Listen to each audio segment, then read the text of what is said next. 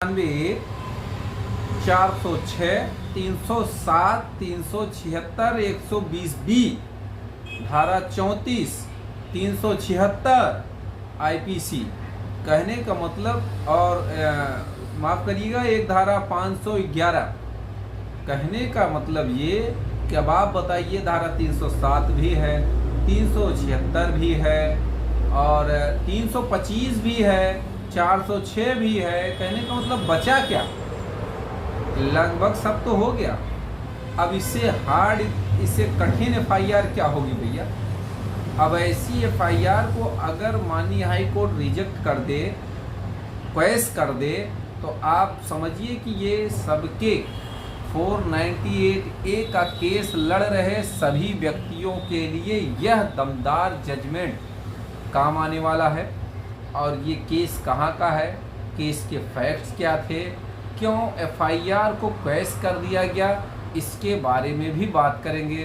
क्योंकि देखिए केस का मतलब ही होता है कि अगर आपको किसी मामले में आप मुकदमा लड़ रहे हैं, उसमें जितने अच्छे अच्छे जजमेंट हैं अगर आपके पास मौजूद हैं, तो हो सकता है कि जो आपका केस है उसे जीतने के लिए आपको वो केस काम आए, वो फ़ायदा पहुंचाएगा। ये केस है, आपको बता दें, Deepak Chatterjee and others versus state of West Bengal and others. अब ये हाल ही का मामला डिसाइड होने वाला है। आपको बताएं कि 8 जून 2023 को माननीय कलकत्ता हाई कोर्ट ने इसमें ऑर्डर दिया, एफआईआर क्वेश कर दिया। और क्यों क्वेश किया ये भी समझें। ये 2015 में इसमें कहा गया था, मोटा मोटा मैं थोड़ी थोड़ी चीज़ें बताऊंगा भाई। पूरे केस का डिटेल आपको बताने का मतलब है कि वीडियो आधा घंटा का होगा, जो कि ना आप देख पाएंगे ना कोई देखना पसंद करेगा। आप समझिए कि 2015 में इसमें कहा गया लड़की का 2015 को छोड़कर चली जाती है 2015 में। और इसमें शादी हुई थी 30/11/2006 को। 6 को शादी, सन 2006 में शादी होती है, 15 में वो छोड़कर चली जाती है और 15 में ही एफआईआर दर्ज कराई जाती है।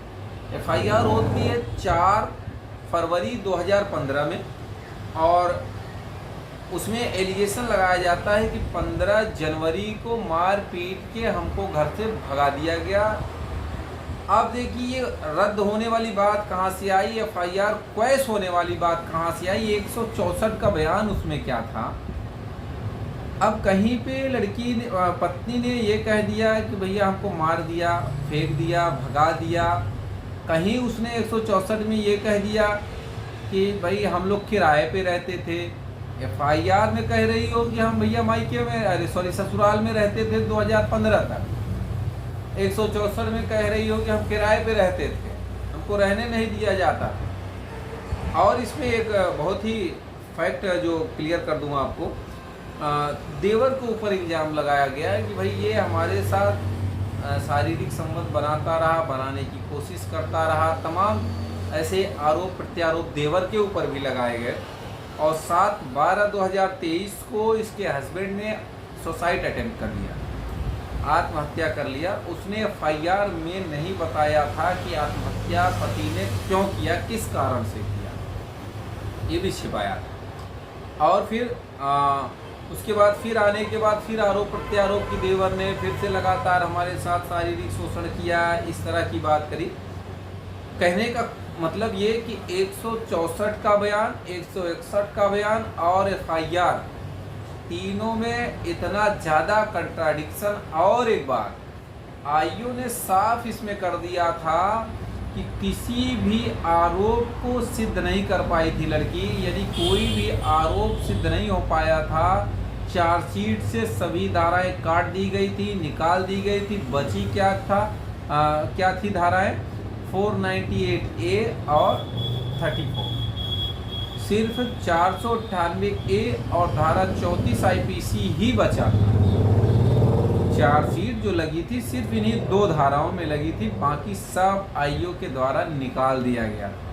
कहने का मतलब ये 406 निकल गई, 325 निकल गई, 307 निकल गई, 376 निकल गई, 511 निकल गई, 120 भी निकल गई, सब निकल गई, क्योंकि ये अपराध बन ही नहीं रहा था। और तमाम इस ऑर्डर में तमाम जजमेंट्स का जिक्र भी किया गया, जो माननीय सुप्रीम कोर्ट के जजमेंट से उनका भी जिक्र किया गया।